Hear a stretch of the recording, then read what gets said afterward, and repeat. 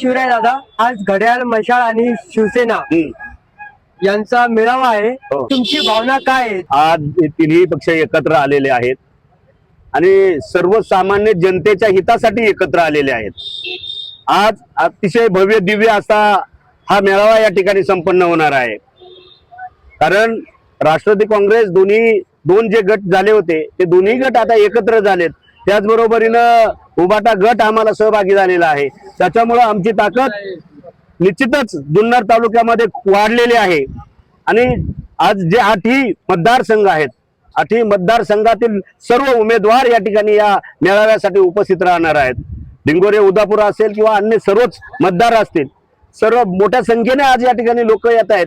ठरलेल्या वेळेवर सर्व या ठिकाणी लोक उपस्थित राहतील आणि हा कार्यक्रम अतिशय भव्य दिव्य या ठिकाणी संपन्न होईल. कार्यक्रम कधी चालू होणार आहे सर?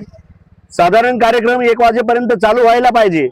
वेळेनुसार जी वेळ दिली त्या वेळेच्या अगोदरच आता येथे गर्दी जमायला सुरुवात झालेली आहे.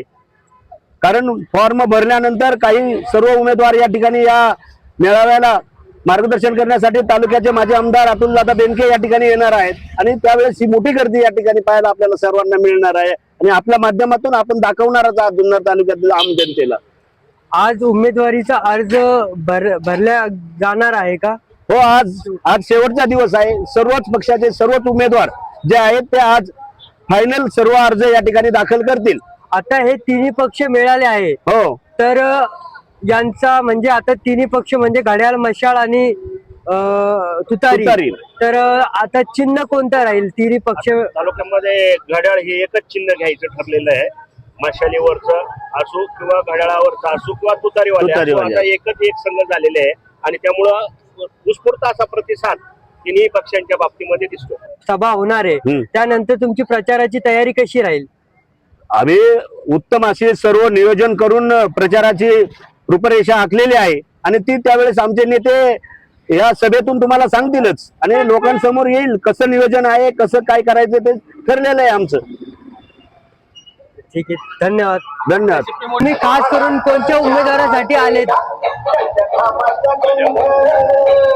तुम्ही खास करून कोणत्या उमेदवारासाठी आलेत? आम्ही आता डिंगोरे उदापूर जिल्हा परिषद गटाच्या उमेदवारासाठी आलो आहोत. तसे सर्व कार्यकर्ते हे राष्ट्रवादी काँग्रेसचे हे सर्व पदाधिकारी आहेत आणि ते सगळ्या तालुक्याच्या उमेदवारांसाठीच या ठिकाणी उपस्थित झालेले आहे मेळाव्याच्या संदर्भामध्ये.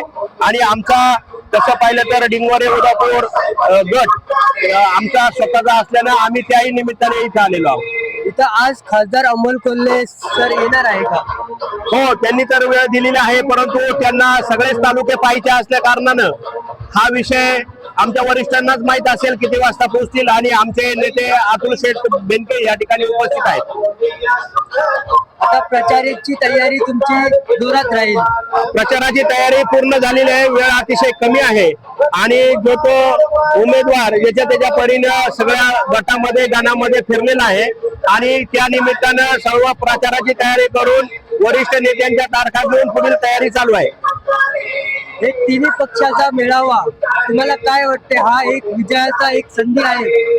तिन्ही पक्ष एकत्रित आल्यामुळं बऱ्याच दिवसापासून हे धुसफूस असलेले दोन्ही पक्ष किंवा तिन्ही पक्ष वेगवेगळे होते, त्यामुळं कार्यकर्त्यांमध्ये नाराजीचा सूर होता. परंतु तळागाळातल्या कार्यकर्त्याचं म्हणणं ऐकून वरिष्ठांनी पालकमंत्री अजितदादा असतील किंवा पवार साहेब असतील, अमोल कोल्हे असतील, अतुल शेठ असतील यांनी कार्यकर्त्यांचं म्हणणं वरिष्ठांपर्यंत पोहोचवलं आणि या तळागाळातला विषय प्रत्येक तालुक्यातला वर नेऊन सगळ्यांना परत एकत्र आणण्याची संधी, काम करण्याची संधी उपलब्ध करून दिलेली आहे. अशीच नवनवीन बातम्या जाणून घेण्यासाठी आवाज लोकशाहीचा या चॅनलला सबस्क्राईब करा.